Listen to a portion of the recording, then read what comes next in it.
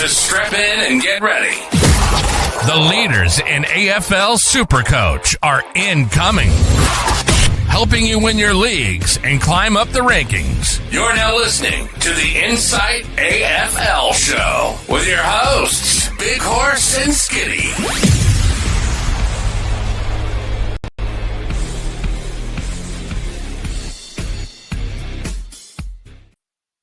Good evening and welcome to the Insight AFL Show. I'm your host, the SuperCoach Horse, and this evening we've got our two main men with us first. First of all, I was actually going to introduce Hurls first because you put yourself on top of me for all of 3 seconds because I outdid you this weekend in our head-to-head. But Hurls, welcome to the show, mate. Glad to see that you're back fit and healthy, mate. Thanks, mate. Yeah, had a bit of a rough week. I was pretty under the weather for most of the week. Thanks to all of those out there in the chats that kept me entertained while I was on the couch with a bit of a man flu. But yeah, back now, all good. Yeah, good. And Deadly, I'm not going to bring it up too much, mate, because you do a pair of work in the SuperCoach space inside the Patreon, inside the WhatsApp groups. But how'd you go this weekend? Yeah, did all right. Fresh off the back of giving Hurls the sickness after making him talk for 2 hours on Monday. We're back. We're ready. And look, we lost to you, but we still did all right, all of us. Yeah, we did. So, Hurls, you finished with a 2-5-1-3, was it? Correct. Yeah, I didn't put my score up. I didn't know that was part of the brief. I'll do that next week. I'll learn from that. Yeah, absolutely. So all of us are in the 2,500s.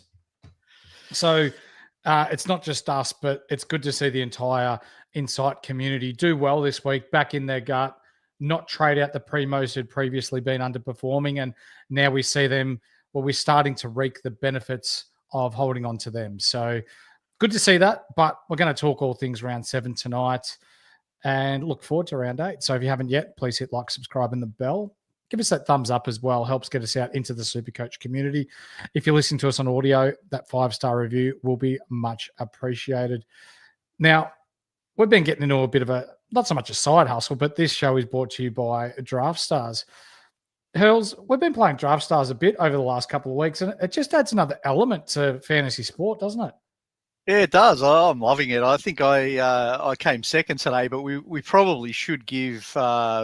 We should call you Bone Crusher. Come from the clouds today. Deadly was nowhere to be seen, and all of a sudden, that last game had about 7 players in it, and came from last and got up on the line. So Deadly, well done.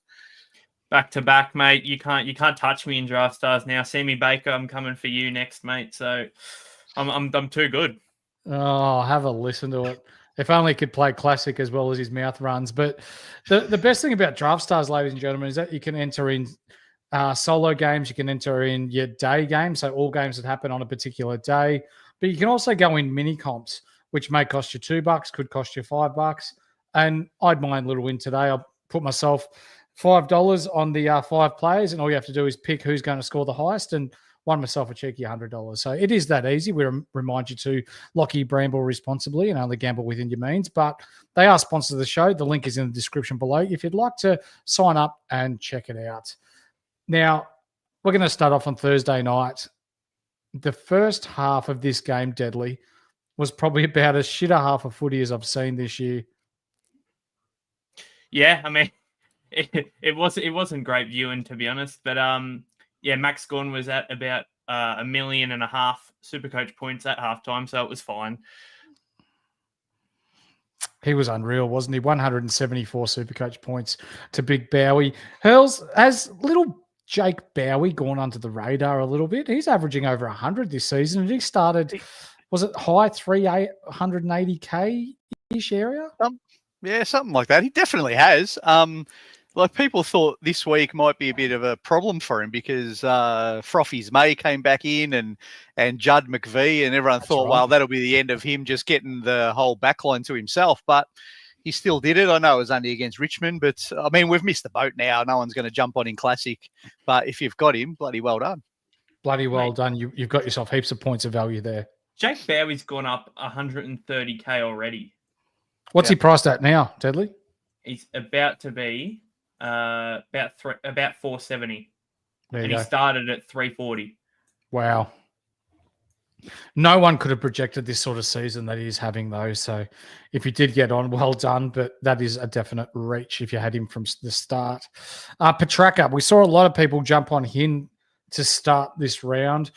Hurls, I'll ask you, mate, was this purely because of the matchup, or is it a sign of things to come for Petraka? He's too good to be averaging 90s, isn't he?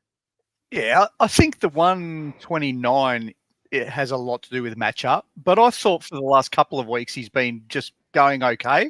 The Essendon game, he was a bit unlucky not to kick a couple of goals, and he got it 94 or 5 or whatever it was.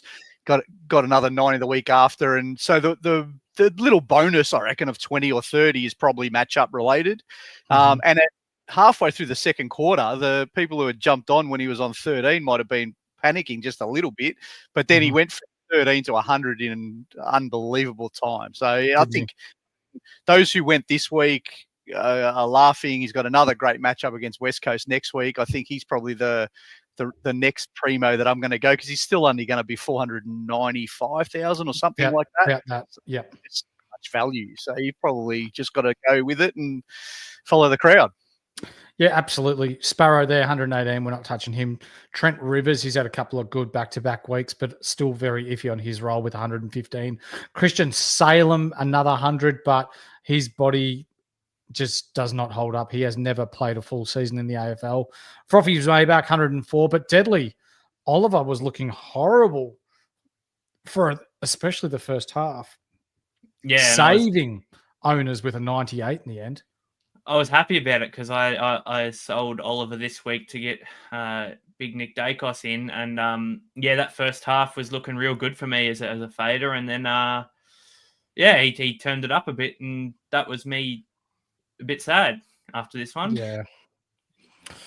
Well, as you can see there, I sort of expected it though with the two matchups. I did expect, like, the reason I did go Oliver out to Nakos is Nakos is going to be my captain option for the next at least a couple of weeks anyway. And I was never going to captain Oliver. It would have just been a standard hold just for these 2 weeks. I probably would have sold him after the West Coast game. And Dacos would have just got me more and a captain option. So it seemed validated. So we see there, just by the disposals numbers, 11 players for Melbourne, that's almost half their team, had 20 touches or more. And for Tigers, what is that? 3, 4, 5, 6 only. So, yeah. And then you're looking at Petty, Fritsch, Tholstrup, Spargo, who you bought in, that hurts. And Fulton. Then you look at Gray. I thought he looked okay early on, but died out. Broad had a stinker. Fall, he's still learning. Rioli, he's a pressure forward. And Brown, who I was surprised to see the sub do that. Mansell only 7 touches up forward. There was a clear skill gap after halftime, wasn't there, Hurls? Yeah, there was. I mean, look, Richmond are doing what you would want to see them do. If you follow them, you're getting a competitive outfit every week. This one got a bit closer than it ever should have. They took Big Maxi off for probably 20 minutes at the end, and then Richmond kicked the last 3 or 4 goals to make it a little bit more respectable on the scoreboard. But Richmond are having a go. That's all you'd ask for. They're at a different stage of development as most teams, and they're just trying to get games into kids. So it's okay. Yeah, that's right. There's not really much more to talk about here. Nankervis did all right for 106. Thompson Dow. We heard our man Big Cat talk about Thompson Dow last week, 99 there. Taranto and Hopper, the elder statesman of the Richmond midfield, 95 and 85 respectively. Vlastuin back down to earth with a 79, Short 78. If you've got Short, Deadly, he's been playing his role, but you've got to sell him now, don't you? Sell. Don't want anything to do with him. I'm glad he's finally had a game below 80. Now I can comfortably say, get rid of the cunt. And we've just had out for the C-bomb. There you go. We'll just edit that out. It's okay. Yeah. It's not like we're live think or anything. on Short, if you've got him, the time to do it and the way to do it, I think, is if you haven't used all of your boosts, that's the perfect one where you put him in the suite because he's going to be at the $400 and something thousand mark. And so you can do a nice bulk trade where you've got him in there. You've got two maxed out cash cows probably. So you might end up with $1 million and then you can do 2 primos or 2 value primos and a rookie, that's probably when you do it, because he hasn't killed you enough to have to get rid of him any individual week. It's just timing now when you think is the right time. Yeah, it is. When we're talking, say, a Jaden Short and a Riley Bice, there might only be about 50K difference at the end of this round between those two players. So, yeah, good observation, mate. Deadly, do you want to move on to the next game? Because I reckon we've already spoken enough about this Thursday night game, but we'll talk about Collingwood and Essendon too. Yeah, I thought Essendon were all right. So they were beaten by 40 points and run over towards the back end of this game. It wasn't a great game in regards to weather and what have you, but when you're talking about was it the youngest or second youngest side in the AFL to run out there in front of 92,000 people, I thought they did all right for the first 3 quarters, lads. Yeah, I think, look, they did okay. They were jumped early, which is a problem for Essendon this year. The first quarters have been horrible. They fought back. They got back in the game. When Kako kicked the goal, they hit the front. But then Collingwood, as you would expect, as soon as they got headed, they just lifted. They've got so much experience around the ball. We got killed at clearance, not necessarily centre clearance. I thought Goldstein did a great job at centre clearance, but we got killed around the stoppages around the ground, and that took its toll in the end. But yeah, I think they did okay. But that's going to be one of those years for the Bombers. Do you think the weather helped Goldstein? Yeah, maybe, because the ball wasn't zipping around as much as it might otherwise have. Yeah. He's going to do his job, though. He is. Serviceable without being outstanding. Yeah. Side bottom 134 and thoroughly deserved the medal. I thought he was fantastic in this game. Elliott, 129, always plays well against the Dons. Howe, down back, 126. Nick Dacos, a lot of people would have had the VC on him if it wasn't already on Gawn. So 125 along with Darcy Cameron. Pendlebury 110. Josh Dacos with the most touches on the ground for 106. Bruzzy Maynard 102. But apart from that, Ned Long, I guess he's still a bit of a talking point. Deadly. 22 touches. Only 4 tackles in this one, though. A bit down on his tackle count, but still 87 SuperCoach points from only 67% time on field. Yeah, I mean, if you got him like you did last week, you're probably laughing with him still producing as well as he was at the price. You can't be bringing him in now at the price he's at, and his break-even's starting to creep up on him. Yep, spot on. For the Dons, only 2 in the tons, Ridley and Durham. Probably not looking at either one of them for your classic side. But for those that held on to Reid, this is a funny one. So all 3 of us, had Pryor and Reid. And last week, I sold Reid, thinking that it's going to be wet. Pryor's a bit smaller. Let's go with Pryor. Reid might have a 30 or a 40, struggle to take intercept marks because it's wet, but holy heck, Hurls, he proved us wrong, didn't he? Yeah, I sold Reid as well this week, purely because I wanted to maximise the ability to loop and just the break-even game with Pryor having a lower break-even and the 90 in his fixture. I mean, in hindsight, I'd love to swap them, but anyway, that's life. I think the thing with Zach Reid will be, and Essendon are a very low-pressure team. I think they're 17th in the AFL pressure. If they ever get to a stage where they can pressure the ball carrier, Reid is going to be unbelievable because his intercept marking and his ability to read the play and all that, and his great kicking is fantastic. The thing to watch out for with Pryor, on the other hand, is Pryor's Essendon's second small lockdown. So McGrath gets the number 1 job, and he did well on Bobby Hill. He stopped him. He did. But then Pryor takes the second one. So with Collingwood having a relatively hard forward line to match up on, Pryor probably had to play a lot more defensive. Now next week, who knows? Maybe it might suit Pryor a bit more against North than it did this week. So probably that's where he'll go okay. Yep. 25 touches for Merritt, Deadly, 89 SuperCoach points, and he will be priced at around 590K coming into next round. Because he's had a couple of quieter weeks when we're talking Zach Merritt, do we wait now, or is the 590K for a player of the caliber of Zach Merritt just too good to pass up? I'm waiting. He's going to have a decent enough break even to where we might get one more price drop out of him, and I can move someone who's sort of underperformed for the week and get him at an even cheaper price. So yeah, I'm happy to wait the one more week, even though it is against North Melbourne. Yep. I've got him, and so I mean, obviously holding. I've got a. No, this is no stats to back this up. I don't think he dominates against North. I think out of memory. There was a game a couple of years ago where he was on 80 at quarter time or something. But the last two games, you're right, he's only gone 96, 94. And then he's got the Swans, who he historically plays pretty well against, so he could afford to wait a week there. Good shout. I want to, not from a Supercoach point of view, but I thought Andy McGrath's job on Bobby Hill was fantastic. Kept him, was it possessionless in the first half? And like people say, your number one draft picks, got to show more, yada, yada, yada. And you're right. He probably has underperformed as a number one draft pick when you're talking the flashy stuff and the kicking goals and all that sort of jazz. And remember, he was a number one draft pick in a pretty lean time for us and when that saga came through the club. But from a defensive point of view, I thought he was exceptional on the weekend. Yeah. I have these arguments with Essendon supporters all the time. I think with Andy McGrath, if you forget where he was drafted and you just said, he's a lockdown small defender, he's one of the hardest lockdown small defenders to beat in the comp. The challenge with McGrath is you can't divorce the fact that he was number one pick. And he makes just that one or two clanger kicks a game that everyone remembers. It's like anytime I see him running across ground, I just shut my eyes because I know it's going to go to the opposition. Yeah, it's those one or two that it just happens so often. But as a lockdown defender, he's a really good footballer. Yep. Kako probably didn't do as much as what I thought he would in this game, 49 Supercoach points.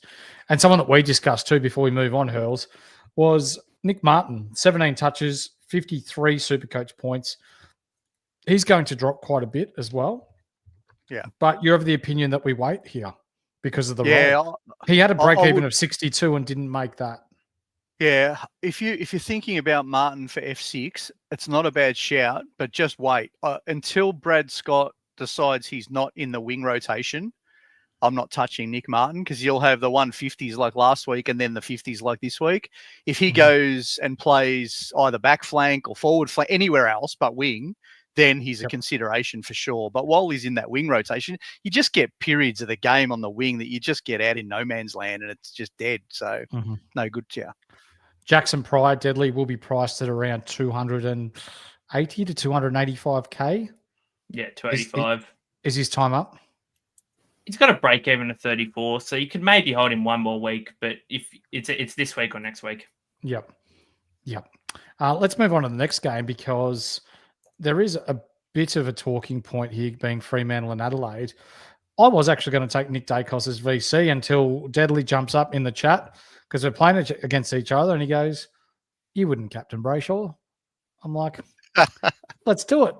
And it turns out that what did Brayshaw score? 157, which is 32 more points more. That's the difference between you winning and losing this week, Deadly. Yeah. Was 32 the gap? What was the gap? No, the gap's about 57 points. Oh, no. So you double that 157, though. Or you double the 32. That's 64. But it's still only the gap. It's only the 32 because you still would have doubled Dacos. So you would have been okay. Yeah, what's that? Double day cost would have been 250, but then double 157, it would have been 314. Yeah, it's 400 instead of 450 or whatever. Yep. Brayshaw 157. Is he winning the Brownlow at the moment, Deadly? Yeah, you'd have to be. Everyone in our punters club now hopes so. Everyone jumped on this week at $41, if you don't mind. Yeah. Yeah, you'd have to be. I think I'm even on Brayshaw Brownlow somewhere at some market that we got at the start of the season. Yep. So I have to look through the betting slips. I've got about 700 future bets that are still going. So Brayshaw is going to be priced at a lot, about 670K, 665 with a 115 break even. That's unreal. He could be. It's a funny game, SuperCoach. Yeah, it's a funny game, SuperCoach, isn't it? Like if you started Sarong over Brayshaw, or if you started Lockie Neal over Brayshaw, which are all rational decisions, you're chasing, right? If you haven't made those up somewhere else, then you're chasing those points every week. It's a tough one, but you just got to back your structure in, back your ability to get your rookies off the field and all that kind of stuff. But it is a hard one to swallow. Yeah, absolutely, mate. Clark, 27 touches, 114 Supercoach points. Sarong bounced back a little bit. 6 kicks worries me, Hurls, a little bit here. 26 handballs. He is a contested ball beast. Only 79% time on ground. I feel like it's only a matter of time until he breaks out into his 140s again. Who are we talking there? Caleb Sarong. Sarong, yeah. It's so weird. He's getting his contested possessions, but like you say, everything is rushed, everything is in tight. There's no outside footy. It probably will come, but it's been a long time without the big high ceiling scores, except for against really poor opposition. Like I think the Richmond game was it that one of those games he got 140, but every other game's just been 100, and that's it. Yeah. Hopefully it's only a matter of time. The big kahuna, 107, Josh Tracy, Hayden Young. Interesting talking point, 103. Is he on the bubble now, Deadly? No, this week he was on the bubble. Okay. He played 2 before this week. Bolton with another 102. He has averaged 99 Supercoach points, Deadly, in his past 4 games. Could you? No, surely not. Surely not. You can't. There's just, especially if you're like me and you, Horse, and you have Brayshaw, Clark, and Sarong already, you surely can't get another one, especially it being Bolton, who will have a down game eventually and will score a 30. Yep. I think there's a world where you could, though. Like, I'm not saying you should, but there's a world where you could. Yeah, you could, but I'm not going probably to. not, because I think Sinclair's going to be my next target. Yeah. Now, here's one, Hurls and Deadly. I'll go to you first, Hurls. Johnson was good. Darcy was good. No worries. But this next guy, Oscar McDonald. So he is now on the bubble, but we know that they've got Patrick Voss and they've got Luke Jackson coming back in a couple of weeks' time. Yeah. I get that he's only had 9 touches in this game. He scored 85 Supercoach points. He's kicked 2 goals. He's played his role. Awesome. But his job security, for me anyway, but I want to throw it to you guys because we may be of differing opinions. I still don't think his job security is that great. I think we're in a really tough spot in that he's in for next week because Voss is still suspended. Yep. And then we'll never get to see the decision around, is he now going to be favoured over Voss? Like, Longmuir does prefer to play the extra tall. And I think when Jackson comes back, one of Voss or McDonald might stay in. But I don't know if they'll go back to Voss again. So it's just too risky for me. Otherwise, it would be good. I don't know, Deadly, do you have a view? Will they ditch both of them or what? Our Freo man here, always with the finger on the pulse, and Damo, I'll give a shout out too. He did score over 2,600 this week, so nice work, mate. Omac out for Jackson straight away. Is that going to happen next week, Damo? Let us know, mate. I hope that does, because that solves it, right? If he's out before Voss is out back and it's just straight for Jackson, then just don't go there at all. No chance. No. That'll be good. Not much else going on there for the Freo Footy Club. We'll jump across to Adelaide. Rankin was really good, 19 touches, 120 Supercoach points. And I saw you in the chat, Hurls. He kicked a ripping goal off one step, didn't he? He's just a freak. He's one of the best guys to watch. And like, we're not watching First Crack tonight because we're on here, but I guarantee you First Crack is going to be Rankin to Thilthorpe, that big clunk, and so it's David King will be jizzing all over the screen. He loves those two. But Rankin's he doesn't need a lot of possessions or disposals to get really high impact. So they're great for Supercoach. I've been waiting for him to have one of these games because he's been getting the 85s and stopping. But this game, he just went on with it, which was bloody good. Yeah, absolutely. O'Brien, 108. Frank Worrell, 101. Neil Bullen, 101. Laird with 100. Still not going there. The Slug, he's slowing down a little bit lately. Deadly with a 91. Yeah.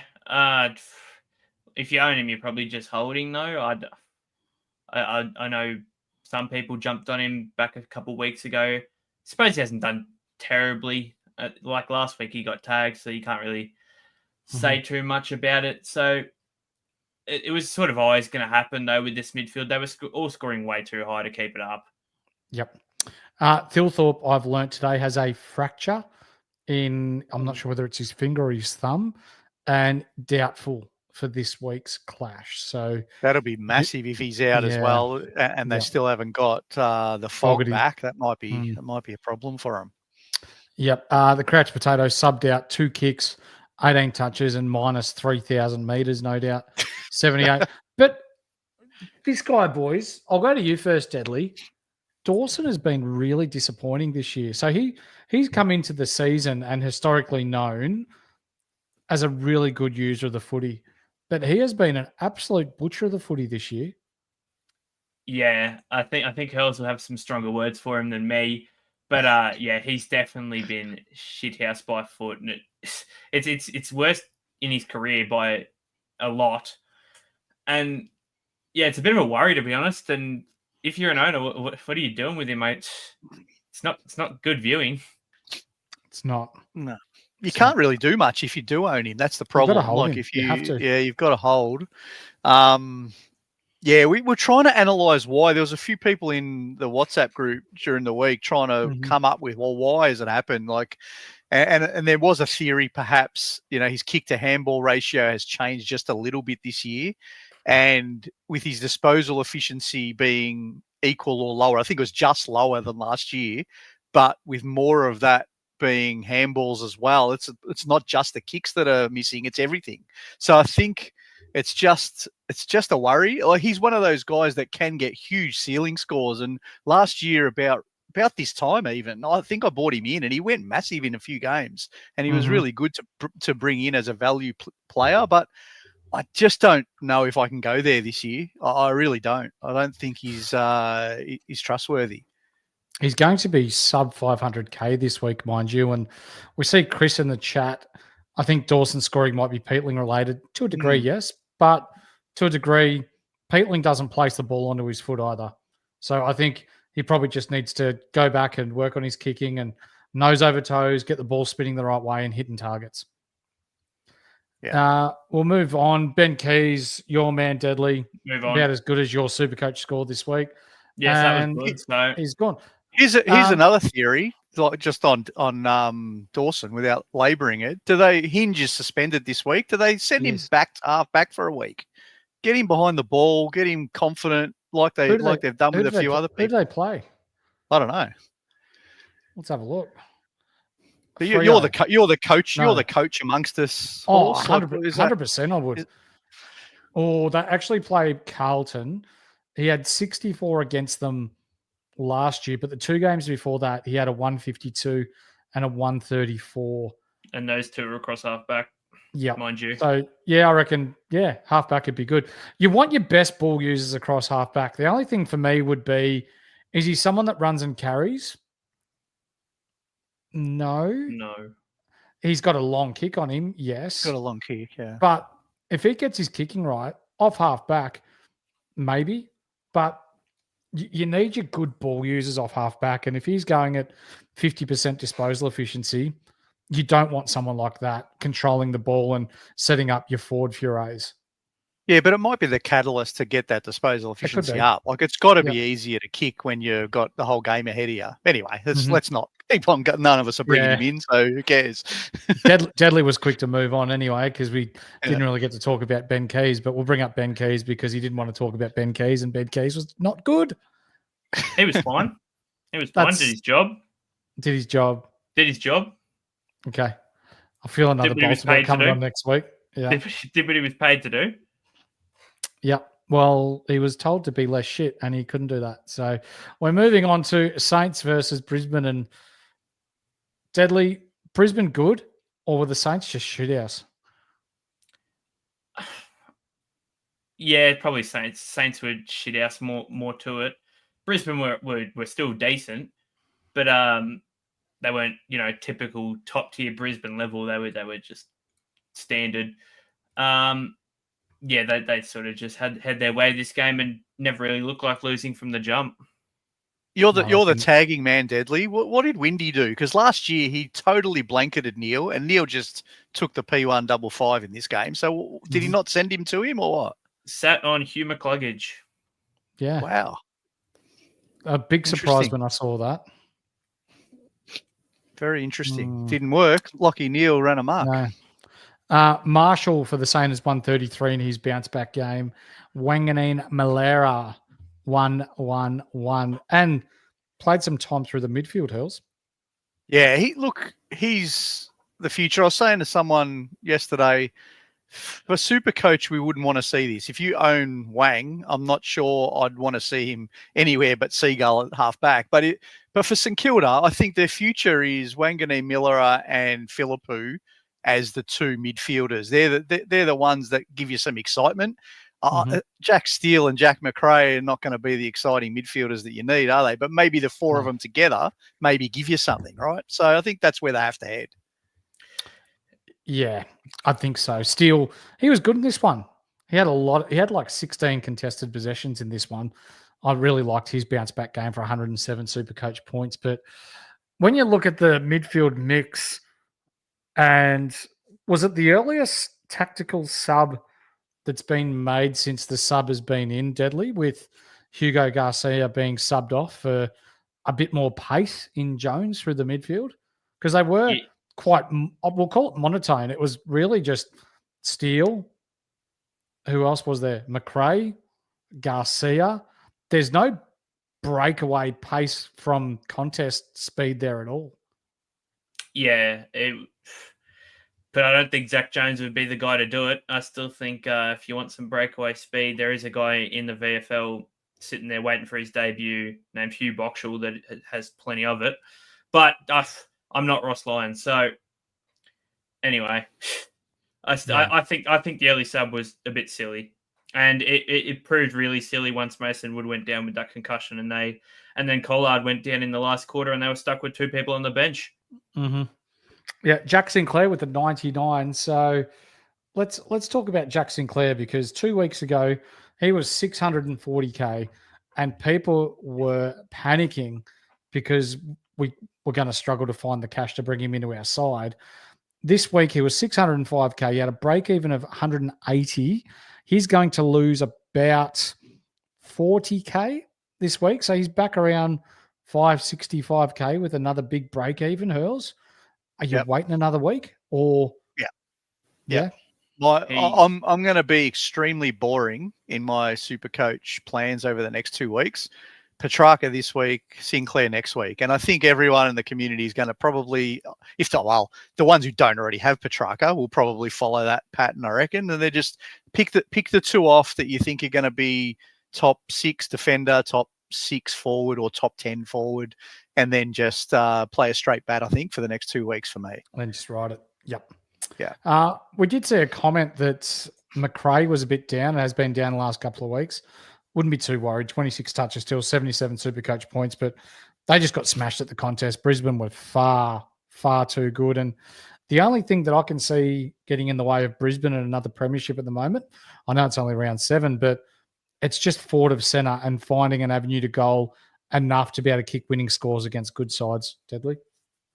Yeah, I think you're right. McRae really had no chance to go fantastic in this game. It was all just every ball he was getting was just contested, hard shit in close, and it was real hard to find an opponent. So his disposal efficiency wasn't great, and it sort of just meant Brisbane just dominated. The far superior midfield just shone. Yeah. Piggy Neal back to his piggy ways with a 139. Zach Bailey, he's not going to do this each week, so please don't get sucked into the trap that is Zach Bailey, 119. The Big O, 100. Is that 116 there, Deadly? Yeah. 150, 116. McCluggage still being tagged, 108. Really nice output there. Wilmot, you're not targeting him. Zorko, 104. Hitwood's had his once every 2 or 3 weeks kind of good game with 104. Dunkley's another interesting one, Deadly. So 554K, had a break even of 157. He is going to lose 25-ish K, 26K, and will be around 530K this week. Yep. For someone that started off the season as well as he did, is that someone we're looking at? I'm just getting his exact numbers up now. The start of the year, he went 173, 117, 105, 114. 529K with a 131 break even. I'd probably wait another week, maybe two. So I guess I'm looking at him. With us going wait a week or go now, what have you, it does pay to make a plan, ladies and gentlemen at home. So if you know where you want to go each week and you've got the break evens ahead of you and you can see the runs that are coming up and the players that you want on your side, make a little list so you can sort of keep track of what's going on, because we've spoken about Sinclair here. We've spoken about Dunkley. You're not going to be able to bring them in the same week unless you boost and you've got some cash there. So just, make a list, prioritize who you want to bring in and go from there. And the other thing on that, rookies dictate everything. So, when you go might be determined by when you can, one, get rid of your rookies because they've fattened, and two, if you've got some rookies to go to, and that's going to be our biggest challenge over the next 2 or 3 weeks. Yep. Will Ashcroft, 99 in this one as well. I like Fletcher's game off halfback, 20 touches, 85 SuperCoach points. And when Zorko inevitably retires in however many years that may be, I feel like Fletcher's will be the new number one across halfback there. And Levi Ashcroft, Hurls, I'll ask you. So 68 in this one, still had 23 touches. It's not time to get rid of him yet, is it? No, look, I mean, the numbers might, I don't know what the numbers are going to tell us. They'll probably be, his break even will probably be up somewhere near his output. But I don't, personally, I don't think he's a problem. And just, none of us can tell the future, right? So we don't know what's going to happen. But I just remember back to these really good rookies, like when Nick Dacos was in his first year, Harry Cheezel in his first year. A lot of people, as soon as they got to, when it was looking like they were at their break-even potential, they got rid of them. And then all of a sudden, they were left without the rookie that was going at 90. And Levi's shown us he can go 90s. So I'm no rush to get rid of him. Not yet, anyway. Nah. For the rest of the Brisbane crew, we're not really looking at too much there. But I will bring up an interesting name, Deadly, and you spoke about him in a quiet DM that you and I had, and that's Kai Lohman. So he is priced at 379K. He scored 34. So that's 170 short of his break even. So he's going to be at 300 and about 11K. He's going to have another monster break even. If he gets to 250K with his upside, is that someone that you can look to go down to after the buys? I would have liked a bit more than 250.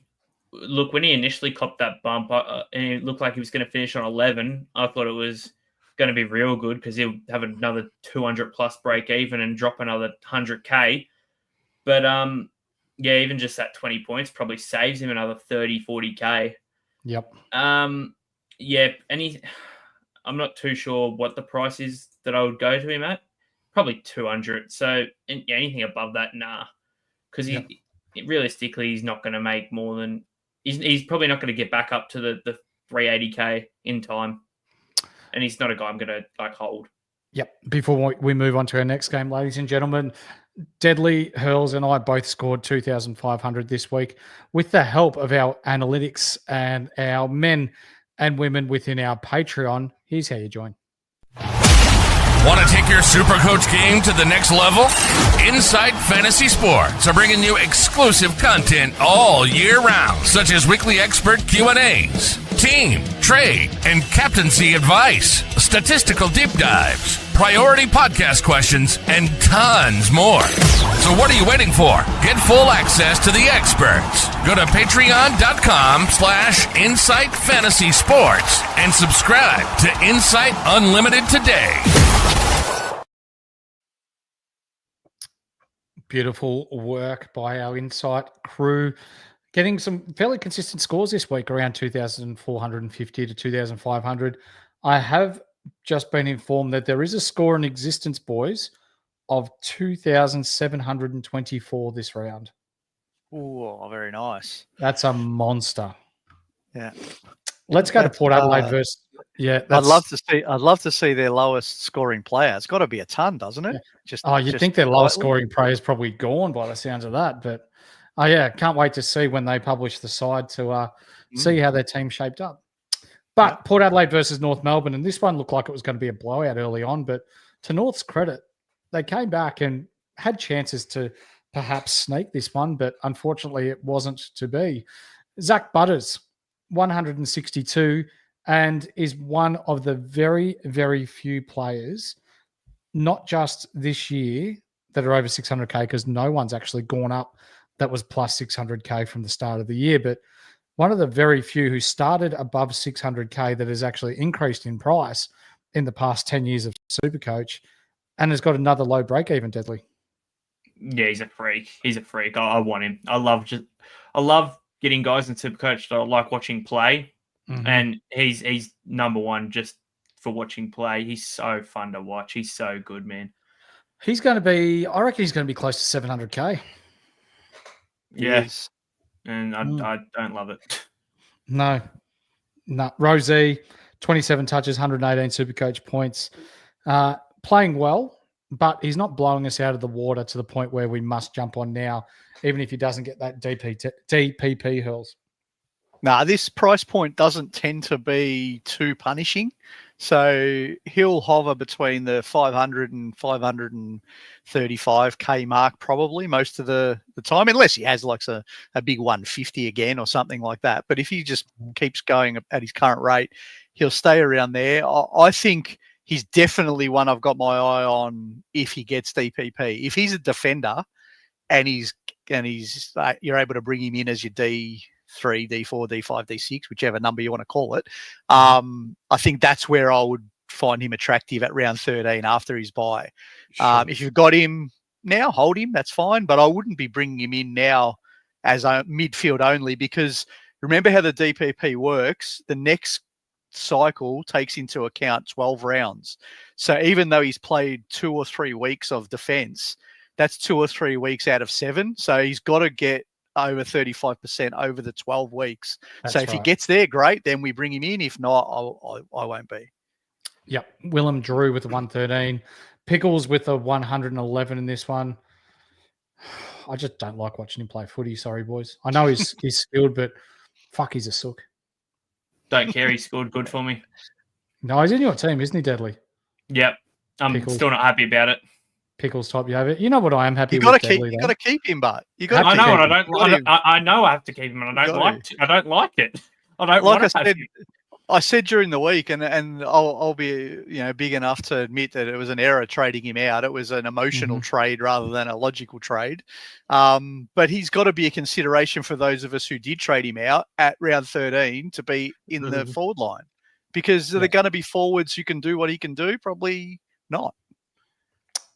Yeah. Even who has been a good hold, Deadly? No, skip over him. I don't want to hear No, we don't want to hear about Pepper Pig. We don't want to hear about Pepper Pig. He has gone 100, 199 or 98 in the past 3 weeks. 106, 103, 98. Yeah, unreal. Don't I've care. said this before. Champion Data had him at a 105 prediction this week. And that almost blew me out the chair.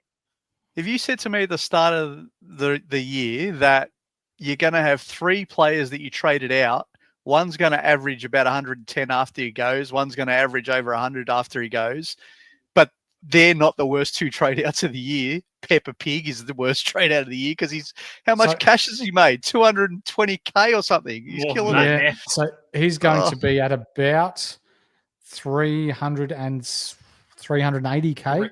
375 this week with another. With a I think he's going to have another negative break even or 16 break even. That's costly. That's throwing 220,000 of cash gen in the bin. That's very costly. Yep. Ollie Lord looks like he's coming on in leaps and bounds, and I was wrong about him. He looks a bit of a player. 95 SuperCoach point. Burgoyne, your man Deadly, with 87. We go down the list. Georgiades looks like he's going to be a prominent forward for years to come. 10 grabs, 76 SuperCoach points. The Farrell roller coaster continues with a 64. Moraes, for those that held him, 55. And then we go all the way down to Jordan, not so sweet, with a 44. and Bergman did sweet fuck all with his 39. Cherry Sheasel, wow, 158 and 135. Is he back? Not talking Cherry because we know Cherry's back, but Sheasel, Deadly, is he back? Yeah, I mean, to me, he didn't really ever leave. I was okay with his scoring. He was like, yes, it was slightly under his primo-ness and what we've come to know of what Harry Sheasel scores, but he was still doing fine. And I thought in those games he was looking okay still. Like he obviously had a couple down games, but yeah, if you want to call him back, he's back. Did he play off half? The role was back though, wasn't it? The role was back, wasn't it? He was. Look, I'm just looking at his heat map now, and he's still got a lot of ball around middle and forward flank, but there is equally a lot of ball around the back flank. Oh, so I think he was doing a little bit of everything, but there were some moments that he was setting up behind the ball, which I think is where you have to be playing him if you're Clarko, gotcha. I would imagine. Georgie Wardlaw with 20 touches, 120 SuperCoach points, and he is another player that I love to watch, even though I do not support North Melbourne. He's very fun to watch play a football, or footy, as we call it. 25 touches for LDU, 114 SuperCoach points. Unfortunately, Paulie Curtis, who's been an unreal player to start the season in the North Melbourne forward line, he's been given 3 weeks for that tackle. Stupid. That's fucking unreal, isn't it? Yeah. Pow! 101 SuperCoach points. Caleb Daniel, 89.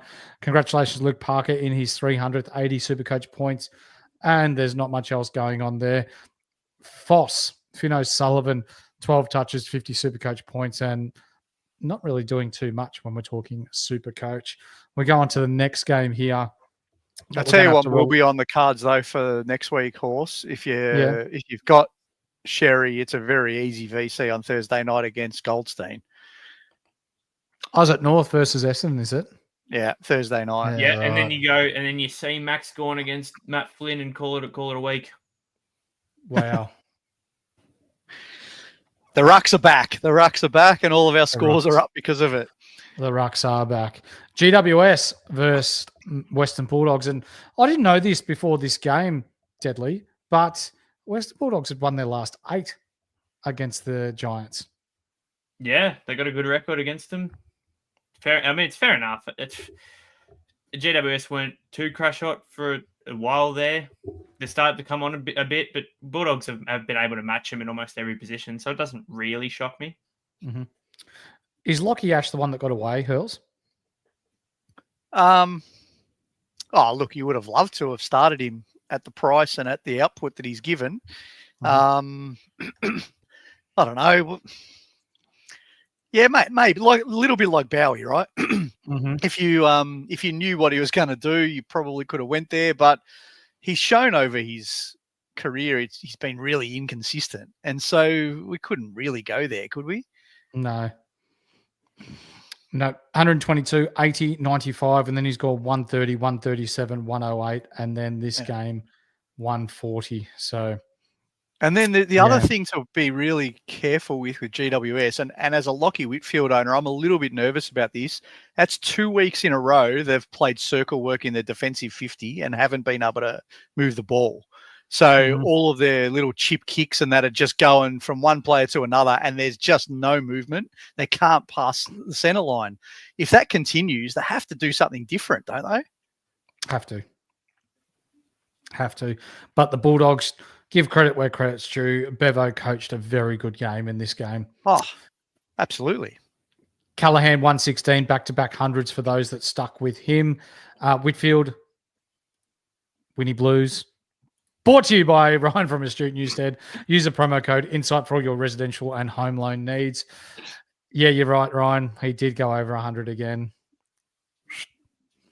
Owners had a little heart attack in the first quarter. We were nervous when he kicked the ball, and it looked like he sort of, I don't know, when he first did it, I thought, geez, is this an Achilles? But then he grabbed the front, so that ruled that out. But then they taped his ankle back up, and he came back on and just ran it out and did okay. But yeah, it didn't look good for a minute there. I was like, there's a few of us concerned. If you do not have Whitfield, he's got Sydney next week, so you'd say odds on to get the James Jordan tag. And then he's got Geelong, who he averages 80 SuperCoach points against in his last 3 games against them. Do you wait 3 weeks, Hurls? Can I answer this since I don't have him? Yeah, go. Yeah, go on. I am waiting until another down score because it's got to come eventually. He can't keep putting up 100s. He put up the 85, which I thought was the game that was going to drop his cash gen a bit. And then he puts up a 145 right after it and just puts him back to the same price. So I'm waiting for hopefully a James Jordan tag this week. And then I can get him at, a 560 or a 570. I don't want to be paying 600K anymore for and I think that's the point, Deadly. It's not about who he's playing or what score he's going to get. We all think he's going to be one that you want in your end team. But this year especially, you can't be paying 600,000 for anyone else. Like we all paid 600 for Dacos last week. I think we all realise why, and he's one of the big 3 in the midfield. But if we want to finish our teams and we want any chance of getting Butters and Bond at some point, if they did dip to 600, you can't be paying 600 for anyone else. No, you're right. You're right. Yep. I guess if you're going to pay 600 for anyone else, it's going to be your Bontempellis or your Butters. Yeah, those two. Uber Primos. Yeah. Yeah. Tom Green, he's going to drop a little bit of cash, even though he has had 27 touches, 84 SuperCoach points, and then we make our way. Hate him. What's that? Sorry. His teammates hate him. He got burnt so many times in this game. Really? It was unreal. Yeah. Oh, just simple, easy handballs that would put him in decent space. Kick it over the top of him. Lockie Whitfield is so guilty of it this game, especially just kicking it over the top of him. It was on 20-something at half time too, so he had a good recovery, but it wasn't massive. Deadly, I feel like this needs to be spoken about because if he was a ruckman in Victoria, he'd be getting torched. Kieran Briggs, he's had back-to-back absolute shockers, but Nick Madden has been tearing it up in the VFL. Is there a potential that we see change soon?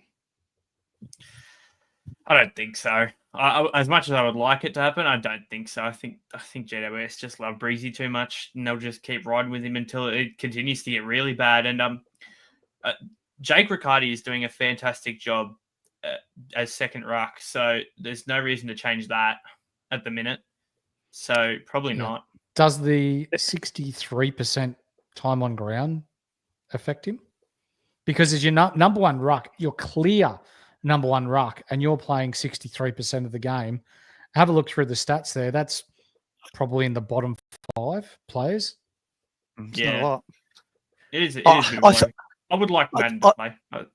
I can't help but think, and I said this yesterday, and I don't know if maybe it's just a disgruntled Essendon supporter, but Stringer going into that forward line with Cadman, with Hogan, with Green, with Riccardi, the ruck 63% time.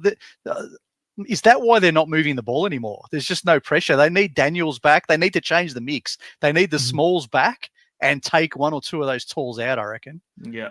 For sure.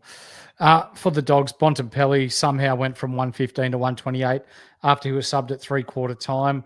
Now, I have contacted someone from Champion Data. I'm not going to reveal this person because there's not really much that they can do. So what happens at Champion Data, ladies and gentlemen, is you've got a caller and then you've got analytics type people, data entry type people that are in the same room.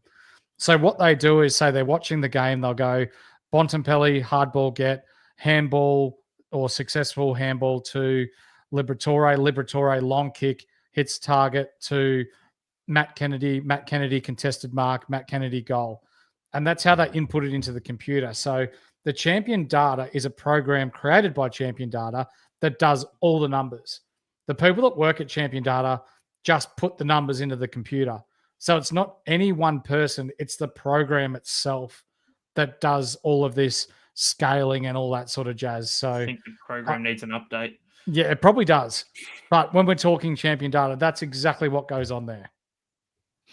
I think what people are struggling with is not the scoring has always had some anomalies to it. And I think if you're statistically minded, go follow Jaden Popowski on X. He did a great job a couple of years ago at really unpacking it all. The thing that can't sit right with people, and I think this has always been my biggest challenge, is someone's on the bench, like Max Gawn. I'm a Max Gawn owner, so I won't use Bont as the example because Bont I don't have. But Max Gawn I've got. He sat on the bench and he got 7 or 8 points sitting there doing nothing. And that's just scaling, right? And so just that side of it doesn't really work. Like someone goes off and they go up by 20 points. It should be done differently, but it is what it is. It's the same for everyone, so we can't do much about it.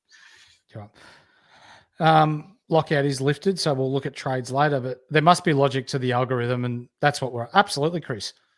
Go follow Jaden Popowski. There is logic for sure. You know what? But it's scaling bit that's not. How about we'll reach out to Jaden and we'll get him on the show, and we'll talk champion data and how it all works, and we'll be able to pick the brain of one of the most switched on people when it comes to numbers, analytics, and data in the SuperCoach world and AFL fantasy world. Bontempelli 128, Liberatore 125. One of the funnier post-game interviews with Libra as well, for anyone that saw that. And if you haven't, go back and watch it. They tried to pump him up as having a post-AFL career in the media, and he shut that down extremely quickly. He did. Matt Kennedy, 119, again goes over 100 as a nice mid-forward option for anyone that jumped on him. Freesia will have a negative break even this week, 114. English, 100. Richards has just been meh this season so far, 93. Johannesson back with a 76 after his 30-odd the first week. He's working back into it. But Deadly, Daily Bale, only 20 touches in this one, 70 SuperCoach points, and disappointing those that went early on him. Yeah, 100%. He's going to be priced at about 450K in a couple of weeks. He might even be a target for me at 450K. So if you're an owner, you just hold now. It sucks that he's been shit the past couple of weeks, but there's not much you can do. Yeah, you're right. What do you do, though? Not much. I feel like this week in particular, it was probably the separation of the really high scores from the ones who'd be frustrated. It wasn't because you did anything wrong. It was because you had Bailey Dale, Jordan Dawson, these Matt kind Rao. of 75s, Matt Rao, these kind of 75s from your supposed primos. They were the difference between you getting your 23 50s and your 25 50s kind of thing. That was frustrating for owners. But. For sure. Anyone else that we need to talk about? The bus. Yeah. Oh, yes, all the aboard. bus. Let's talk about the bus. So, Deadly, you go for it. And that score that I did say earlier, mate, 2,724 is the top score this week. Nice. Very good. Talk to me. Deadly. You are the king of the rookies and the VFL report. You look through these, the data, the stats, certain players each week. Is it of any surprise that he came in and had the impact he did have straight away? Not at all. Not at all. He's got the most talent out of that Footscray VFL team, and he has the whole season. It's been obvious. And I will be shocked if Liam Jones comes back in for him. Liam Jones was, I'll be honest, quite putrid against GWS in the VFL as well. So Was he? Yeah, he wasn't good. Okay. I reckon his spot's safe for at least another week or two. Yep.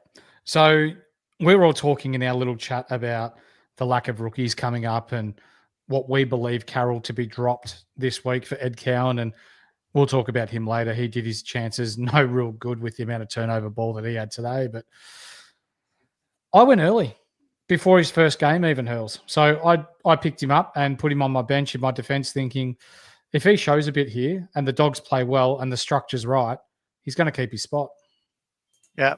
So what are you going to do next week when we all go to the bus? I might not even trade, given that I'm set up pretty nicely now. Yeah, fair enough. Yeah, Fair enough. we- No, we- I think that's We said that trade 2 weeks ago, so you got to catch up to us somehow. I did jump I up think there is 7,000 spots this week, Deadly, and I'm inside. The And top guess what? 7K now. Guess what? You You're jumped still as 12 well. points behind me. Oh no! There you go. So I'll ask you both a question. People are going to be going to rookies this week. Let's rule out the Freo bloke because we've had that mail from Damo that he thinks that Jackson will be back. That's right. So we've got 2 blokes who you probably have to go early on because I don't think you can go Tunstall, who was sub again, and then all the bubble ones are pretty crappy. So probably people are going to go the Buslinger Mhm. or Hustwaite. on what you guys both saw, where would you point people? Bus, and it's not even close. Nah, I'm the same. You'd have to go bus. And I'm looking at it now. If Oscar McDonald's named, I might even still take him. But yeah, yes, I'll probably go bus if not. We see TR in the chat. Huswaite is a non-negotiable. I'd love for you to hang around, mate, because we'll talk about the Hawks later on. He did get a lot of the ball in that game, but what he did with it, we will discuss. So Buslinger, I've got him, had him already from before his first game. And for me, it's like an educated stab for me. Like, it's not typical SuperCoach, but we've spoken, especially in our chat within our WhatsApp chat, that this year is unlike any other. Like, there's been curveballs thrown at us that in other years we wouldn't necessarily have to deal with. So that was my way of zagging while everyone else zigged, and hopefully it pays off. It's still going to be another 2 weeks before I know whether that's paid off or not, but I think it's a chance. So, like, there's a chance that he's better when Jones comes in. I know you said Jones was shit, but if Jones was locking down, Buslinger looked like he was a good ball user to me. So there's no reason why he couldn't be still in the team, could he? I don't know. Maybe. He averaged 25 touches in the VFL, 17 kicks per game, and his disposal efficiency is up over 75%. So if he can keep that going, awesome.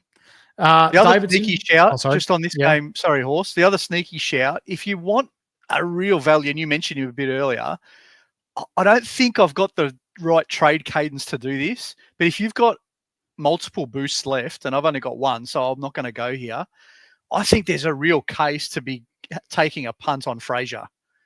Yeah. Since Bont's back, he looks fantastic. And I think he's playing up around the ball a lot more with Bont there, and he's about 390,000 or something like that. If you had the chance to do it in a boost, I think, because you don't want to go him as your upgrade, I don't think, because that might be too risky. But if you could upgrade to Petrarca and bring him in from maybe three fattened cows, geez, it'd be a good luxury this week, I reckon, to take a punt. For sure. Deadly, Davidson burnt you? Yeah. I mean, Champion Data burnt me more than Davidson burnt me, I'll be honest. How does he only get 3 points for a goal? I'll never know. I don't care how over the game is. 3 points for a goal shouldn't happen. Yeah. And not much else going on there. The Colonel, 56 SuperCoach points from 20 touches. Well, probably time you move him on if you've got him and start targeting some primos. Our next game is going to be between the Gold Coast Suns today and the Sydney Swans. But I want to give a shout out to our day one sponsors and sponsors that have been with us the whole entirety of the Insight Fantasy Sports Network being in its creation. That's the Standard Squeeze, who are helping you drink responsibly and conveniently. You can use the promo code IFS2025 to get yourself 15% off everything in store. Very typical of Humphrey to go as large as he did after 16,000 people trade him out this week, Deadly. Yeah, I mean, I found it pretty funny, to be fair. It's one of those ones where if you trade him, you just sit back and laugh. He's not going to make too much money, to be honest. Like, after looking at it, even if he goes 80s, he's only going to make another 70K odd. Yeah. So, yeah, it sucks. You missed out on the 70K, but it could be worse. You could have traded out Sam Powell-Pepper at 180K and not missed out on about 300K. A fun little stat that I had to take a screenshot of when I saw Humphrey going the way he did. So there were 16,500 people who traded him out, but I'd love to know just one of the 16 people that traded him in last week, because they're reaping the rewards of some ballsy moves there. I need to meet one of them people that just does those silly trades that just work out. The godfather of our chat, Peter Wern, straight into the chat when we're talking about the Gold Coast Suns. They're firing at the moment and well on the way to having their first taste of finals this year. Witsy, Big Jared, 125. Noble, 106. Did you bring him up in the chat about whether this is one we could talk about, Hurls? Noble. I think Noble is... Look, he'd be again another gutsy pick, right? There has been a week or two where he's copped some attention and it's cost him. I think there was a 50 in there somewhere after he started. From memory, it was a game where he was on 40 at quarter time, and then they clamped down on him. And in that game, Rioli went nuts. It might have been 3 weeks ago. But other than that, he's been fantastic. Yeah. He's been really good, hasn't he? Him and Rioli sort of waxing the ball across half back there. Took Miller continuing his 100-point continuous streak, 101 Supercoach points. Nando's got tagged well by Jordan, but still ended up with 89 Supercoach points. The number one small forward in the competition, Ben Long, Deadly, 84 Supercoach points. The better king for Matty Marquez, if you're in the chat, mate, g'day. 83 Supercoach points from 5 goals straight. Joel Jeffrey with 82. The Deadly continues his free fall, 82 Supercoach points. Deadly, I was tied up during this game. Did you watch it? And what role is the Deadly playing? Because even if he drops another 100K, we can't be considering him, can we, with these scores? I'll be completely honest. I watched this game fully. I did not see Sam Flanders touch the ball more than 7 times. I don't know how he possibly got 21. He's back to 489K. And so I don't care. I'm not touching him in this current role. It's gross. Yeah. In 3 weeks, he's dropped 152K. He's got a break even of 160. Champion Data have him as projected as 75 this week and losing nearly another 40K.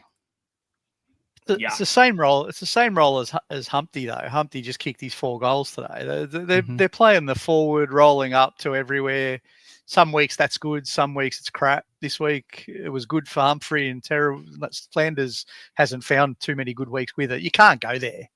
No. It's just not conducive. Not at these prices. Like, they're okay if you're bringing in a rookie that's got that role, but not if you're paying $400,000. No way.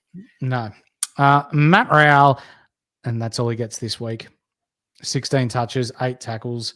Doesn't even deserve that. No, 68 Supercoach points, and he burnt you as well. And that'll do us for the Gold Coast Suns.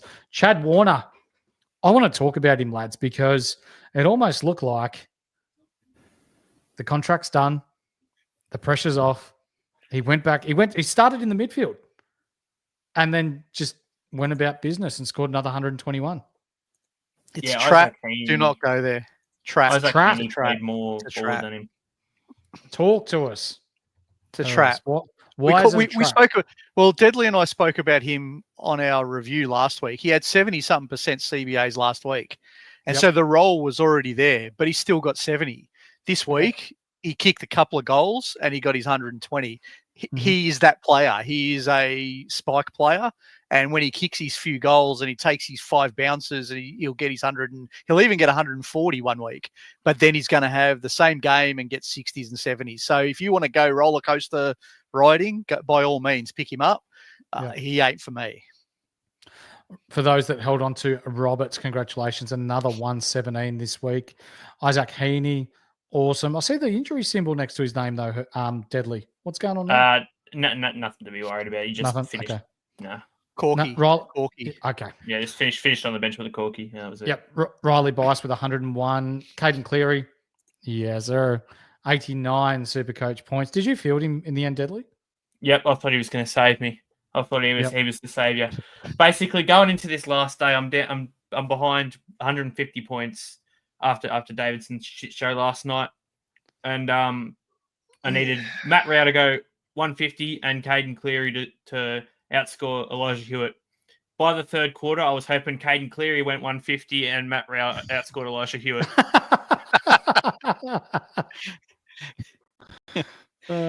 He played well, though, Caden Cleary. It was good to see. He's a good player.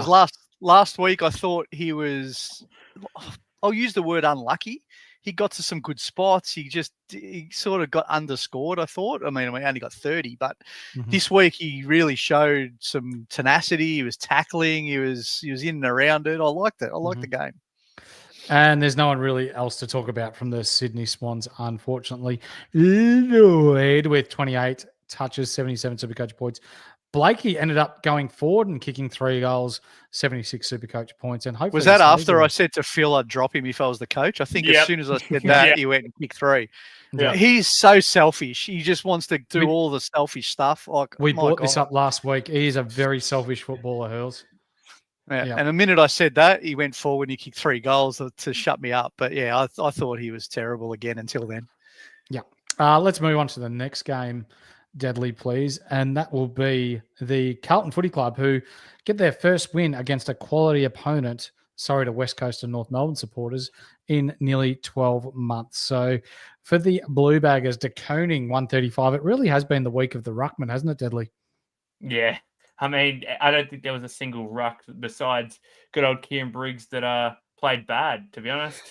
Yeah, okay. It's Sorry. If you had any primo ruck this week, you won. You had a good week. Yep.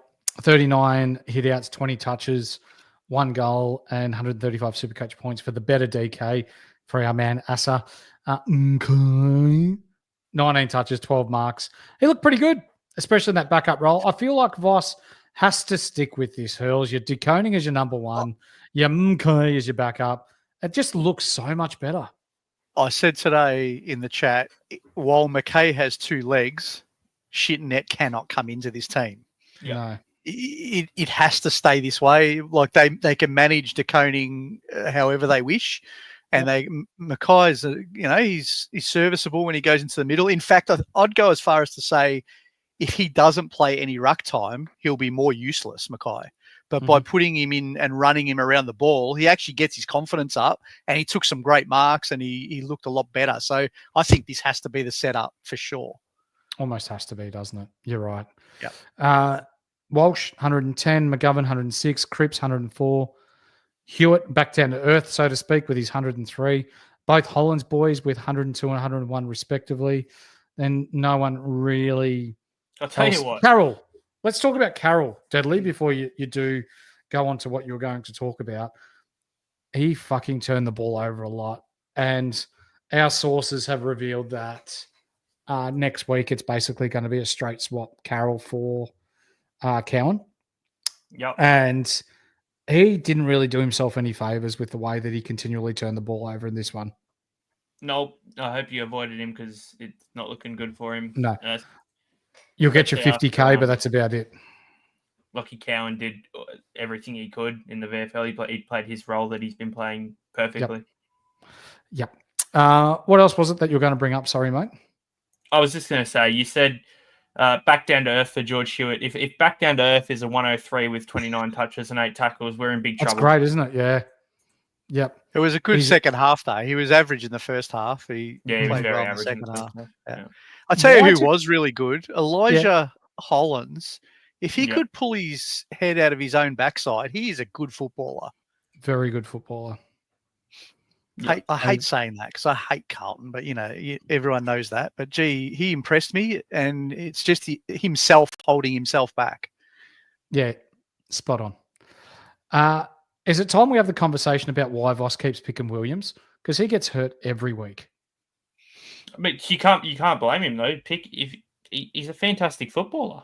He's been great every game he's been healthy. It just sucks that his body's made of fiberglass. Worse. Yeah.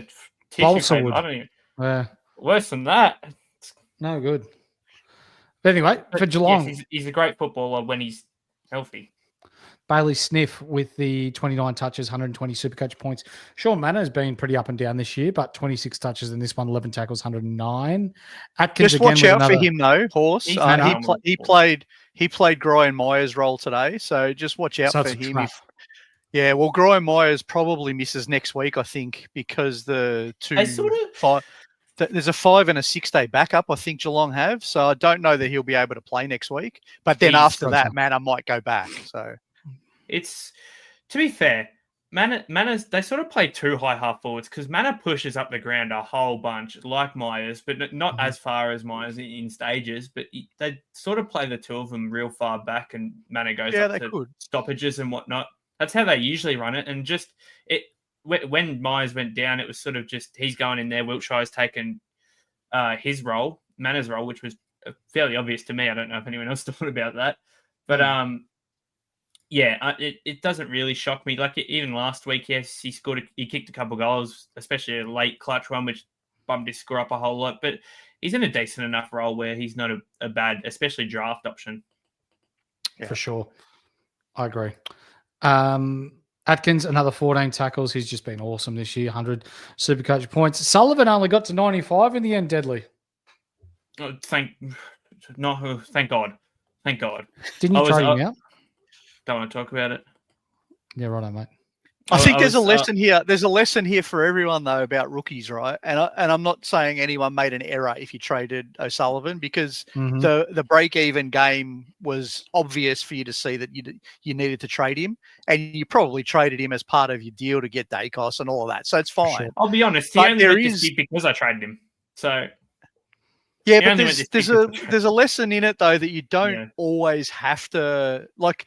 You don't always have to just look at the numbers. Sometimes you got to look at what is the player capable of. Like this week, for example, when you're choosing between Davidson and Murphy Reed and Pryor and all of that, like I'm most likely going to go Pryor out before those other two, because the other two have shown me that they can get better scores more consistently. So it's just about looking at the player and what they can do, not only the numbers.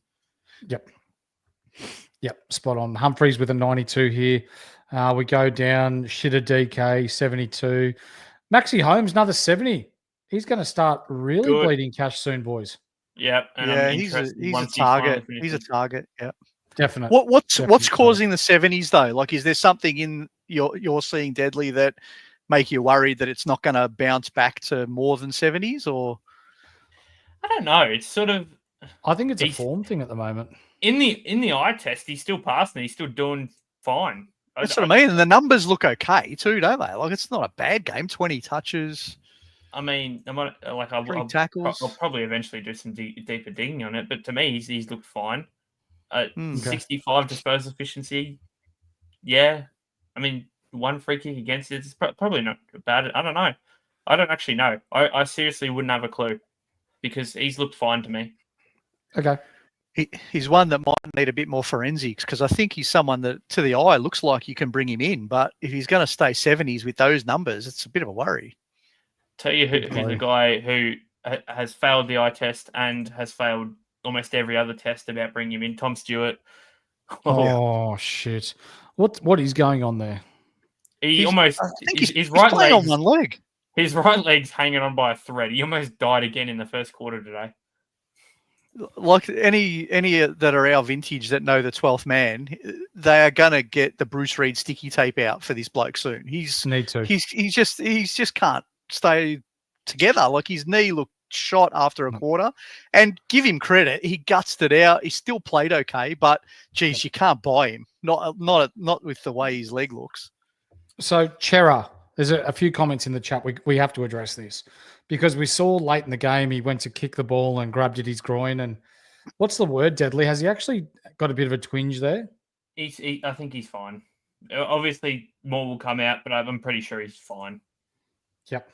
From everything I've heard, he's fine. It's just something, I don't know. He came back on, finished the game. Obviously, kind of been too much of a worry, especially with the groin. You wouldn't come back on if something went. No, you wouldn't have thought so. I agree. Poor Reece Webb, 2,568 and lost this week. Gross. That's harsh. That is harsh. In our $250 cash league that we have, I lost by 50 points. Fair income. Right, wonderful. Yeah. Sick. Wow. Good thing I didn't join that. It does suck in leagues sometimes when you're the second highest of the whole league and you just play the wrong bloke that week. Yeah. Oh, hey, that's me. Let's move on. Let's move on, Deadly, because you lost a lot this weekend. Hawthorn versus West Coast is our last game, and was this even really much of a game? No. So this is where I guess numbers can lie a little bit, because you look at these two teams and you see Lloyd Meek and Matt Flynn as the two top scorers for their respective sides. But Lloyd Meek just monstered Flynn all day here, Deadly. Yep. Yeah, it was a good old-fashioned beatdown. Wasn't even. I'll tell you what Flynn did though, which was fantastic for all of us. Yeah, his positioning is brilliant. I won't say he's terrible because he's not going to beat the big ruckman right in the ruck. It's just not going to happen. And Lloyd Meek monstered him, but around the ground where he stood, taking intercept marks, getting involved, and he got his 16 touches or whatever. I thought he was really smart. There's no way they could possibly think about going anywhere else but him for the rest of the year. Bailey Williams was shithouse in the waffle too. Okay. Bailey Williams is just limited. We see here, Pete, has Flynn done enough to cover round 12? Yeah. I think, mate, he's scoring 105 and he got pants today. Their side got pants. You put him against a team where they're semi-competitive, that could turn into 130, 135. Happy days. I think next week he's got Max Gawn, doesn't he? That's going to be real ugly. But other than that, in Perth though, Melbourne struggle against West Coast in Perth. It's almost time to give. Sorry. Yeah, it's almost time to give Jack Williams the full-time ruck role because when he went into second ruck, he looked about 7 times better than Flynn did today. Flynn has more baby fat than peak Sean Darcy. Yeah. There you go. Moves about as quick as well. But anyway, Mabia Shaw, 116. Morrison, 110. Dylan Moore bounces back after his 40-odd last week with 108. I still think we're waiting another week to see whether this sort of scoring happens against quality opposition. Ginnivan, don't care. Warple, don't care. Battle, you've bounced back. Congratulations. Do it against a good team, mate. Newcomb, 100. So I know there's a few in draft leagues that slap the C on Newcomb because of the ideal matchup against West Coast, but only 100 here, Hurls. I thought he was pretty poor, to be fair. Like he didn't. Probably got a lot of his touches in the last quarter when the game was done. His last quarter was massive. His last quarter was huge. Yeah, okay. Yeah. I will admit I was following along your draft starts quite closely because it was going to be between me and you to the end of it. And Newcomb was on about 38 draft stars. Yeah. And finished he got me up to 100. second. Yeah, he got me to second, which was good. But he was poor for 2.5 quarters. It was just, and then he came good in the last. But they got a couple of injuries though out of this game, Hawthorn. I think Scrimshaw, Amon concussed, so he can't play. Scrimshaw and Amon Scrimshaw concussed. Yep. Hustwaite. So we saw that a few people were bringing him up in the chat before. 24 touches. So if you look through that, he's had this equal second most amount of touches for Hawthorn, but his disposal efficiency wasn't great, which is why he only ended up on 72 SuperCoach points. I think he's done enough for now. Mind you, this is against probably the easiest midfield that he's going to play against Deadly. He was fine. Like, this is sort of... But the problem is this team is way too stacked for him to continue getting runs, especially when Connor Nash is back. Like, are you really going to be happy with Henry Hustwaite for 2 weeks of cash gen and then Nash is back in and he won't come back in for a while? That's how I'm seeing it. Yeah. I think he'll get 4 weeks. He'll play all 4. He'll get all the time while Nash is out, but once Nash is back and healthy, he's not even injured. But if he goes 80 next week, he could probably make 80K in 2 weeks. I don't know if that's enough for people, but it's worth considering. Yeah. I don't know. Yeah, I don't know. I wouldn't go early. No, I won't be going early on him. Agree. Nope. We see Flynn, 105, Baker, 102. The kick-in merchant, 87. That's Marich. No one else really. I thought he was good. Marich was good. There was one kick-in he had there where I thought he was going to lose the kick-ins forever. He kicked it. They had a straight full bombard, and he kicked it straight to James Warple, and James Warple just grabbed it, took 2 steps, and kicked the goal. I did see that. Yeah, I thought he was. I really liked what he looked like with 2 defenders. West Coast's only trouble is, unless they're going to leave Oscar Allen down there the whole time, which they may well do, they don't have that second defender. Like, he was much better with the 2 defenders there. Marriage.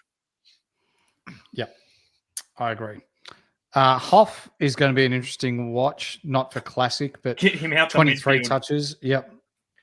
I don't want to see it no more. Yeah, his disposal's no good. Get that gone. Well, Harley Reid's still no good. 19 touches, 53 SuperCoach points. I thought he was really good today. I thought he was all right. He was all right. His disposal. He was good. His trouble is, in 6 free SuperCoach, kicks his against. trouble is disposal, and he gives away The frees. 50s downfields, free kicks all the time. So until that goes out of his game, SuperCoach is going to kill him. But footy-wise, I thought he played well. Yep. And there's no one else really there to discuss when we're talking West Coast. Any thoughts, lads, before we move What on? about Hewitt? We all bought Hewitt in, didn't we, this week? What about him? So I kept him and played him on field, and that sort of burnt me a few points because I could have taken Caden Cleary if I wasn't as slow as what I was. So don't mind it. 17 touches, and from the stats I saw before, he had the equal most contested possessions for West Coast in this game. So playing the midfield role that he does, 75% time on field, not great. But whether that was just because he was stuck on the bench for long periods or whether that was by design because he is coming back from injury, I'm not sure. But a very bright future there for West Coast, and he's definitely sticking around in my team till at least the buys. There was a stage in the third quarter there where he spent a fair whack of time off for no real apparent reason. But that was gotcha. He had a fair amount of game time besides that. And he got all the CBAs at the end in the last quarter and a half. The last quarter he had every CBA. Yeah.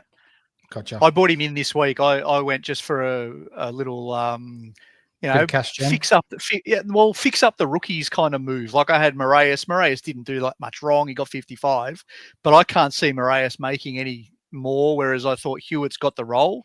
So I moved him to there, and I was really happy with his role again. And the scoring wasn't as big as last week, but he didn't kick the 2 goals. I think he's a 70 midfielder that'll play most weeks, so that's okay. What did you think about the Oscar Allen audition for the Hawthorn Footy Club down back? Shithouse. He was. Oh look, he got better as the game went on. To be fair, but that's. My God, if you're getting twisted and turned by Mubby or Chol, you've got to rethink something. For those that have watched Space Jam before, remember how they get the little monsters and they steal the basketballing talents from all the guns like the Patrick Ewans and the Muggsy Bogues and what have you? That's exactly what it looks like for Oscar Allen. He's just forgotten how to play footy at the moment. And for a club captain, he needs to be better. Yeah. I think there's a bit going on in his head. Yeah. Is there? A lot going on in his head, I reckon. I think to me, he looks like a bloke who's feeling really guilty that he's going to take the money as captain and go. That's what it looks to me. Okay. And so they gave him the week off because he wasn't feeling right. They brought him back. They thought we'll put him behind the ball, and he did some okay things, but I think he's wrestling with his own head at the minute, which isn't helping him. Gotcha. Ladies and gentlemen, that's going to do us for our games this week. Let's get into some questions. It's question time. Let's answer your questions for the week ahead.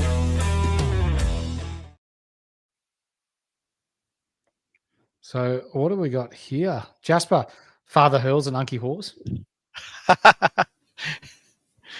Deadly's only just been born. He's left you out. He's left you out, Deadly. He hasn't mentioned you at all. Yeah. That's all right. Don't want to be involved in that family. That's a twisted family. Christmases would be pretty good. Hello, Fuddy. What cash? Actually, shout out to Fuddy. He was ranked number 1 in SuperCoach for a couple of weeks. So how you doing, my man? What cash cows are coming through next week? Not many. There's not much. We'll do the research and we'll put it within our Patreon in the next couple of days. So the bus is number 1. The bus is the number man. 1, I think. Yeah. But you're going early, so you're breaking some rules to take him. But if you need a downgrade, I think he's going to be the only option. For sure. Reed and Pryor, I can never get the right one. Same with us, hence why I traded one out and turned out it was the wrong one. Everyone. Yeah. That's that image. Can you go back to that image again? I reckon if you're watching Frank, I reckon that's my mate Frank Spiteri from Melbourne. He's my cousin's uncle. If that's the Frank that I'm thinking it is. Family. Yeah, shout out Frank. The fruit and veg shops. Nah. But it's it looks like him in the picture. My eyesight's not that great, but if it is Frank and you're watching, shout out, buddy. Awesome.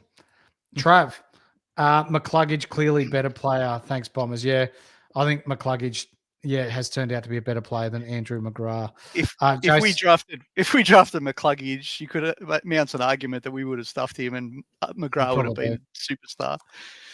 was Dodoro a fraud, Deadly? Yes. Next Move question. It's just there too long. Yeah.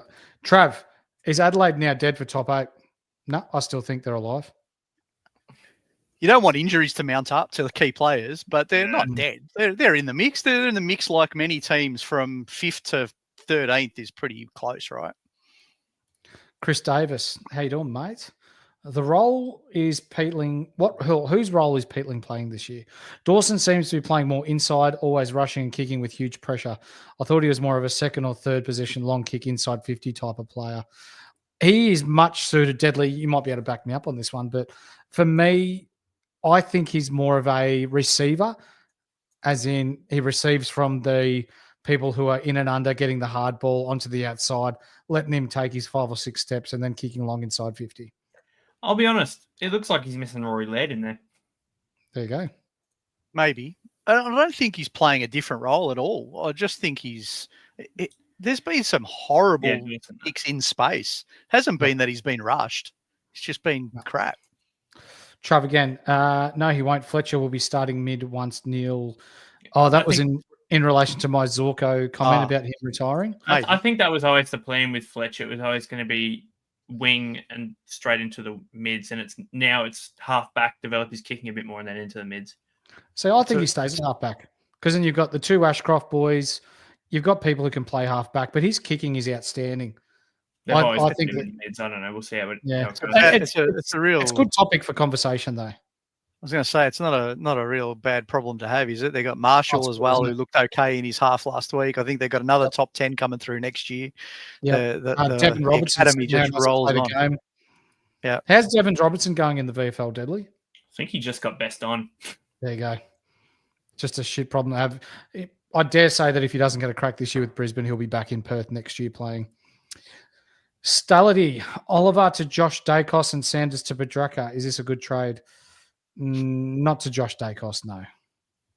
I think that I don't want to knock Josh Dacos, but to do that trade, you have to have some faith that Josh Dacos is going to be D5 or D6, because you don't want to be bringing anyone in now that you don't want to keep for the year. Mm-hmm. So if you think he's D5 or D6, go for it, but I don't personally. Tommy just looked at Fraser Hurls, 15K short from a straight trade from Pryor. Ouch. Yeah, but that's okay because you've got a bank there. So that's if you're going to do the Fraser one, I think it's in a boost.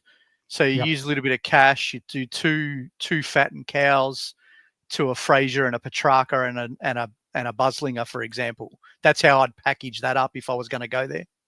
Hurls, guess what Fridge's break even is this week? Minus. It's got to be negatives. -5. Yeah. Steen, it's now or never if you go in there. Is this our downgrade target that we need in a couple of weeks' time? I don't think he's even back this week. I think it's next week. Yeah, okay. I still think they'll give him an extra week at least. I said this in the chat today. If you're thinking about Mills, which we all should be thinking about him at his best, we know what he can do. You've got to watch 2 games first to see what role he's playing, what does the break even look like, and all of that kind of stuff. You can't be going early on Mills. It's no way. Bontempelli has a 114 break even this week, lads, too. That'll be half time. Yeah, he'll shit that in. Probably. Is this a sign? Brayshaw is now 666. Non-owners hope it's a sign. Yeah. He's got St Kilda this week. He's reaching the break even. Don't worry about that. Hosting the show is not good enough. He's just throwing his own comments up there. He doesn't want to listen to us. So he's asking you guys at home, who should he go to? Rankin or Track this week? Throw it in the chat, please, so we can discuss. I actually what price is Rankin? They're both the exact same price. They're both $497K. I need one of them, and I don't know who. Yeah, right. Jasper. Sorry, you guys go. I was going to say. We'll discuss after the show. We'll discuss after Yeah, we'll the discuss later. Does Hewitt hold his spot? Yes. Yes. Elijah, The 100%. Carlton bloke, he's been fantastic. No, I'm joking. Yes, no, Elijah, yes, for sure. Oh, Yeah, Frankie, Elijah yes, had it's me. 64% CBAs. Hey, there you go. G'day, Frank. Frankie, you'll have to get him when we catch up in Melbourne later this year. Get him to come along for a beer and say good day. What else we got here? Sorry, early trades from Tommy. Pryor and Davidson to Bus and a 569k defender, $600 short of Sinclair. Ouch. That's Clark right. a decent shout. Yeah, I do Jordan Clark. I like him. Let me have a look. See who's around the price point if it loads for me. How much was it? 569. Yeah. I think this one depends on what your bigger picture plan looks like. Like, do you want both Clark and Sinclair in your team, or are you better off waiting till next week and looking at bringing in a different valued primo? Like, do you have to go defender this week? If it has to be defender, Clark's the best one. Mm-hmm. Yeah. But if you're going Pryor down to Bus, that's defender to defender. You could go Davidson to forward or a mid this week, and then go to a defender next week if you're sure on Sinclair and don't want both. And everything's team dependent. Maybe you do want both. Maybe you do go Clark and then Sinclair later. But just it's the time of the year where you've got to start planning out 2 and 3 weeks worth of strategy. Even if it changes along the way, at least have a bit of a rough plan, because you can't be reactive. Yep. Yeah. Junkie, hey, good looking ladies or laddies. I don't know what he's saying there. Would you either go Bont or Butters? Butters for me, but that's just because I want Butters so badly. Bont for me. But Butters is more expensive than Bont now. Holy. Oh shit! I think you pick one, I'll take the other. Yeah. I don't care. Hang on, Brian. What has happened with Jake Bowie this year? Jack Bowie. The guy has changed from Clark Kent to Superman. I don't know. Role? He's been unreal. Same role as last year. Same role. Melbourne are moving the ball a lot differently this year. So you hear from Simon Goodwin a lot about how they're playing, and they were always really slow ball movement. This year, I think the stat last week or the week before was that they're the third quickest ball movement team in the comp. So they're trying to move it quicker, which suits blokes like Bowie. A little bit like when Freo changed and it was Luke Ryan getting all the Seagull stuff, and then all of a sudden Clark became better because they wanted the bloke with the ball to run, and Melbourne are doing a little bit of that too. Yeah. So I'm just doing some DJ Gardner Holmes back in the chat. How are you, brother? I've had enough of your boy Daily Bale. He's gone this week. Well, let me just tell you that he's got 10 games left this year at Marvel Stadium. And according to this, he only averages 82 there. But we know that he loves playing at Marvel Stadium, putting up some huge scores there last year. So these are the SuperCoach decisions that make or break you. Do you hold and hope he turns it around and save the trade and all that? Or do you move on and hope that the bloke you go to does better and you get it right? Everything in the rule book says hold your primos, but there's an argument to say Dale's not going to be top 6. So you could say move him on. I don't know. It's one of those hard ones. After he's been prone to games like that. After his massive start to the year, where he went 127, 141, in his last 5 games, he's gone 81, 110, 68, 93, 70. Yeah, it's a worry. Is it too late on Flynn? Have to bench him if I bring him in too. He's 341k. He's averaging 111. TR's got the 3 primo rucks. We had this chat last week. Yeah, I bet you he's probably thrilled to have the 3 primo rucks now. That's what I mean. Just forget Flynn. You've got, I think from memory, you've got Gorn, TDK, and Sherry. Oh, fuck, he's flying. That's your competitive advantage. Forget Flynn. Don't put him on the bench and all of that. It's a waste of time. He's already gone up too much in cash. Just play on. Yeah, I wouldn't have even done it last week, to be fair. So